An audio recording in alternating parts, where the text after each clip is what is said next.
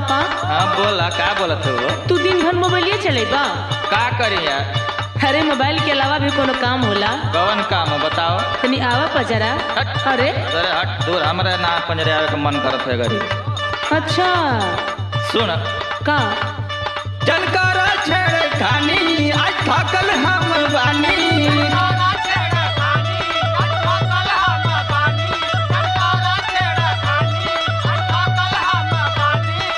हाँ तोहरा ढेर न थकान होता। तो सुन, चल कर छेड़ खानी, आज थकल हम बानी।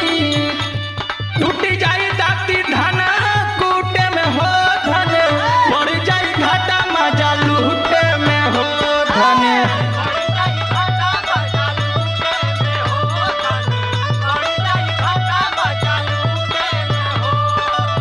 सुना सुनावा तो के लगा था घाटा हो जी मजा लूटे में। तो का कही? अच्छा अच्छा सुना, जब जारी तोहरा आई आवे तोहरा ओहाई।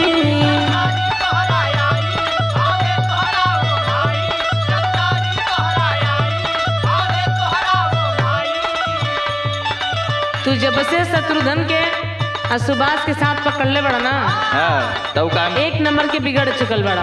चका हमके नाशा कराओ ना सका। नहीं वो तो खुदे निठल्ला वसान। अच्छा सुना, एक नंबर का दोस्त हुआ सा हमारे। हाँ हाँ, जब जारी तोहरा आई आवे तोहरा ओहाई। सजल संवारल नहीं लोग देखेला, सजल संवारल नहीं लोग देखेला। ये पिया पलंग पर रोज पे सब भूख देखेला। ये पिया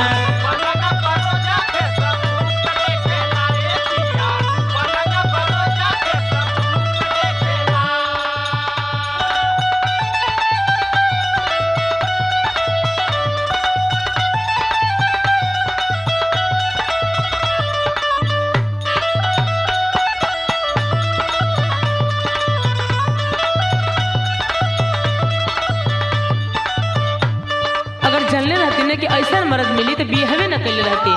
तुम्हारे बियाह से तोरा प्रॉब्लम हो गई ना? अरे तो मनोजवा की गलती रही कि अगुवाई करा दी हलन। हाँ अपने तो बिगड़ले बना, दूसरों को बिगाड़ा तरह। वो हमारे दोस्त हुआ सा।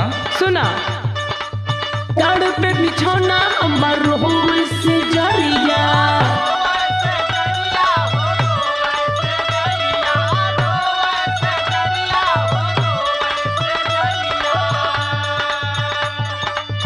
धैलन राजा हमके कहबो आपका भरिया।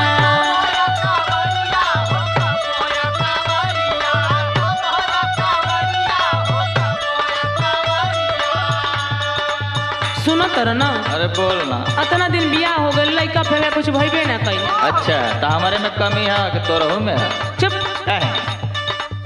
ताड़ पे बिछौना अमर रोहुल से जरिया।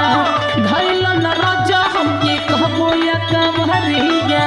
अच्छा लव इस स्टोरी के ना बुक देखेला। केकरा से दुख कही दादा।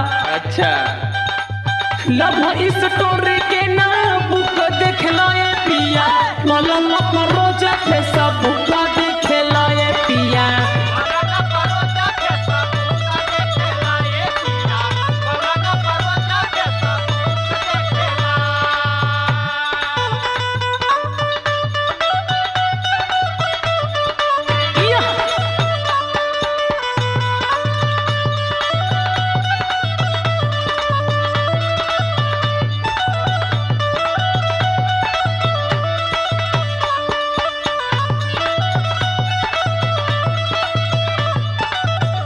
सुन सुन। का बोला?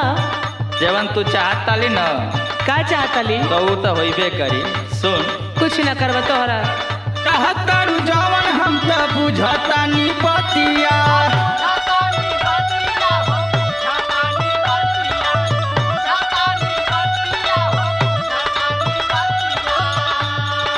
समझ में आइल? हाँ हाँ सब सुनतनी। बटे रोज रोज के ई तोहरो यादतिया।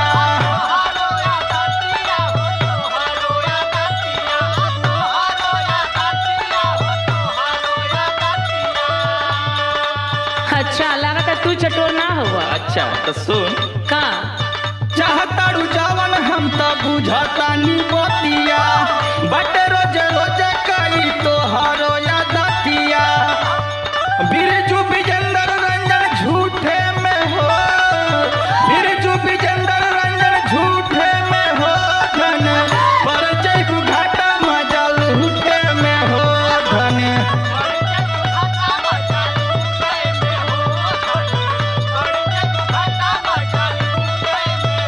पिया पलंग पे रोज फेसबुक देखेला धन, पर जई घाटा मजा लूटे में हो पिया पलंग पे रोज फेसबुक देखेला धन, पर जई घाटा मजा लूटे में हो। हम घटे तो देखल चाहतनी। अच्छा ठीक बा, मनसा पूरा। अच्छा ठीक बा।